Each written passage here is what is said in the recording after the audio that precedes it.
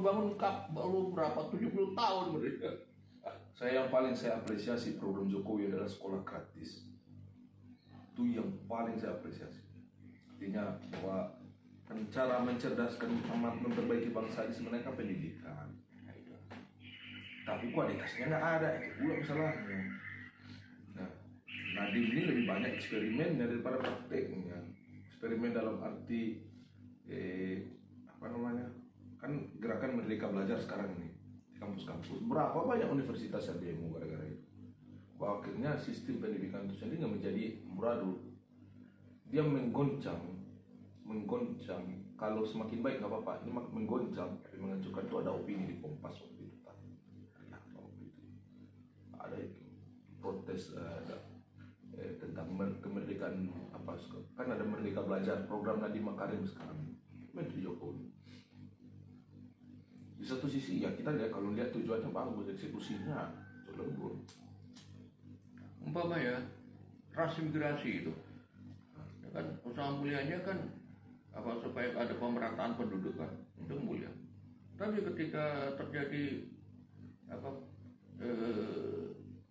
dari Jawa dipindah ke daerah Pasaman, protes lu, sampai kemudian pastor-pastor itu dianggap anjing. Pastor Morini itu ketika datang ke Pasaman, anjing kau, katanya kan, sama kita. Siapa yang bilang anjing kau?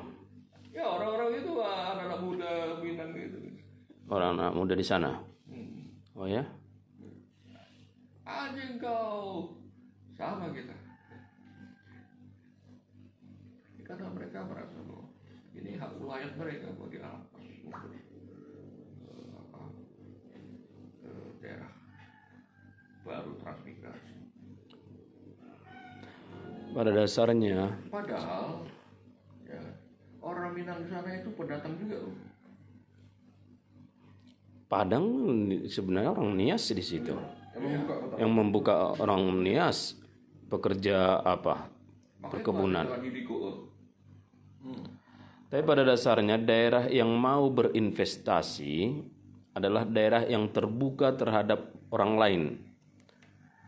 Dan orang yang terbuka terhadap orang lain akan memungkinkan provinsi itu atau daerah itu berkembang secara pesat. Sumatera, daerah yang paling berkembang paling pesat daerah mana? Yang paling lambat adalah yang tidak membuka diri terhadap orang lain. Nggak perlu kita sebut provinsi mana. Saya pulang ke Padang, meninggalkan Padang, pergi lagi lihat Padang, hampir sama ketika saya tinggalkan. Tetapi suatu provinsi, saya pergi ke situ, beberapa tahun kembali lagi saya ke provinsi itu, berkembang pesat. Kan masuk investasi. Misalnya biskuit, bikin pabrik. Karena apa? Masih kosong, artinya di situ belum ada masyarakat kan. Belum ada masyarakat. Masyarakat Melayu itu kan hanya di sungai-sungai itu. Iya kan? Sungai Rokan, Sungai Siak, itulah wilayah mereka. Tapi itu ada ya selalu seperti itu. Ya, ada ironinya memang. Kalau memang daerah berkembang misalnya seperti kita bikin contoh seperti Medan sendiri, Sumatera Utara. Siapa yang nggak tahu di sana itu daerah misalnya daerah kurang lebih orang Tapanuli ya. Tapi gubernurnya orang Jawa loh, Gatot.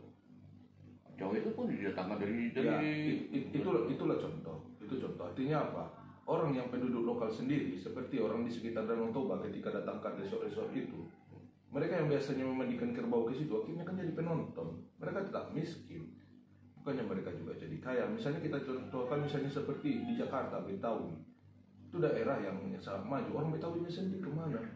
Kan jadi penonton di kampungnya sendiri. Itu sangat miris sekali juga kan. Sebagai mereka yang artinya dari kakeknya apanya sudah dari di situ. Misalnya sangat simpel lah, misalnya seperti orang-orang yang tadi. Tapi ya itulah itu konsekuensinya daerah berkembang memang. bahwa Tapi yang lucu, yang penduduk lokal sendiri akhirnya jadi penonton di kampungnya sendiri. yang lucu Bali. Bali itu kan punya adat, tapi kok bisa maju? Nah, Bali kan yang paling menonjol dari Bali itu kan ya memang dia daerah pariwisata ya. Dan Iya, daerah artinya gini apa? Walaupun mereka itu ada aturan adat, tetapi demi kemajuan terkait untuk negara ya, sampai sekarang dia termaju. Hari Raya Nyepi juga masih berjalan baik. Gimana? Hari Raya Nyepi juga berjalan baik. Itu. Hanya, nah ini masalahnya.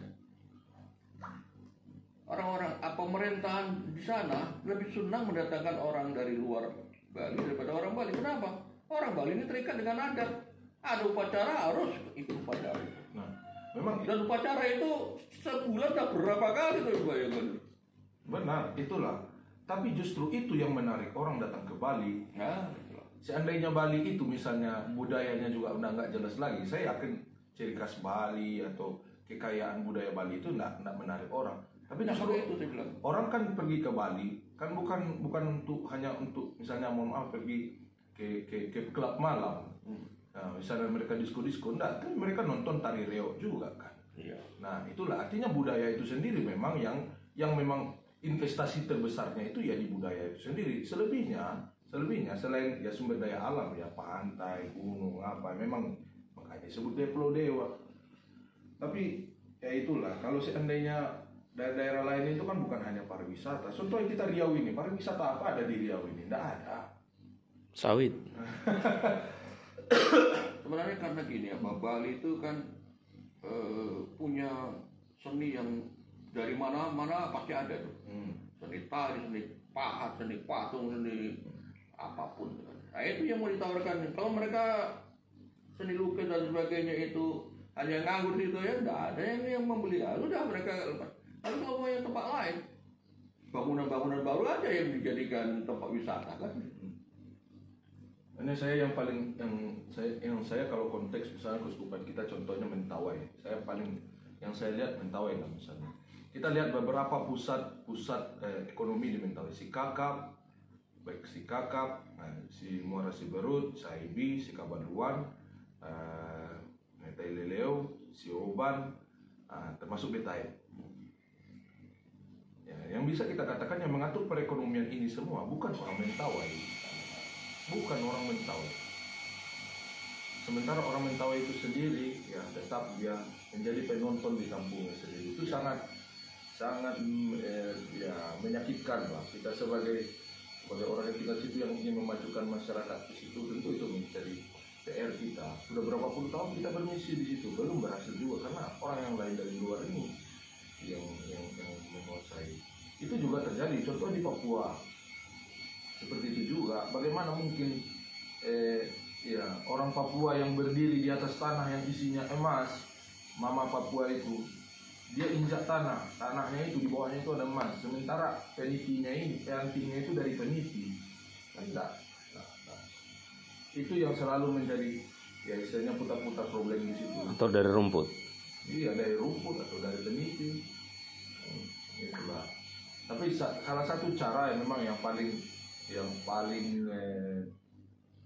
teruji adalah memang pendidikan. Kalau pendidikan kita baik, memang bisa kita pendidikan dari segi pendidikan kita baik, saya yakin bisa maju. Tapi kalau ya seperti sekarang ini, kalau kita tanya model pendidikan Indonesia, wah mengerikan. Pendidikan, nggak tahu kita aja pendidikan berbasis apa sekarang untuk Indonesia ini. Merdeka belajar. Masalahnya juga kan dari segi pentahapan pencerdasan, Mentawai itu kan mungkin masih perlu merangkak itu kan. Sementara kita sudah di sini, mereka harus dibuat dipaksakan supaya bisa langsung berdiri ya susah juga kan gitu. Itu satu. Dari itu, yang kedua bahwa tuntutan dari negara ini demikian rupa supaya wilayah itu dibangun demikian rupa supaya nampak bahwa negara ini tidak pincang kan dari segi ekonomi, pariwisata dan sebagainya. Tapi masyarakat yang kena. Maka itu di Pulau Rupat tuh kan saya sudah dengar bahwa akan dijadikan perkebunan. Saya minta salah satu dari guru itu, tolong beritahukan kepada masyarakat supaya mereka urus segera tanah-tanah mereka. Jangan menganggap bahwa tanah warisan mereka itu tidak bisa diutak-utik. Oh, saya bilang, akhirnya saya dengar sudah kami urus Romo. Oh, bagus lah. Makanya kan kalau ngomongnya investasi kan juga menggunakan ini tanah siapa kan gitu. Tapi kalau nggak ada surat,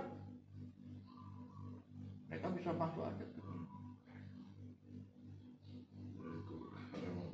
Persoalan mau pelik Indonesia. Tapi kalau melihat sumber daya alam Indonesia pasti seperti saya katakan tadi, ini Indonesia ini emas. Negara lain tuh mereka hanya bisa menanam hanya musim semi dengan musim panas. Indonesia bisa segala musim bisa tanam. 12 bulan setahun bisa bercocok tanam. Kan negara lain itu hanya 6 bulan setahun bisa bercocok tanam, tapi masih bisa berhasil. Ya, Ethiopia yang dulu kita dengar kelaparan, oh sekarang mereka sudah panen, ya, sudah tapi kita masih yang dulu swasembada pangan malah sekarang impor beras, kan lucu. Belum lagi yang impor gula, belum lagi yang impor yang lain dan lain sebagainya. Kebijakan seperti ini yang kadang-kadang tadi mana lah ya. Nah, dari mana asalnya, dari mana dasarnya, yang membuat kita sendiri juga sesak napas negara ya. Kalau orang bisa bikin jalan tol dengan budget yang sekian besar, apa sulitnya misalnya membangun misalnya sekolah-sekolah di daerah pinggiran sana, membangun puskesmas, mendatangkan guru-guru yang bisa memperbaiki pola hidup masyarakat dan lain sebagainya. Dan paling itulah. Saya pernah baca itu bahwa salah satu memang yang membuat orang malas berinvestasi di Indonesia itu adalah namanya budaya korupsi. Budaya korupsi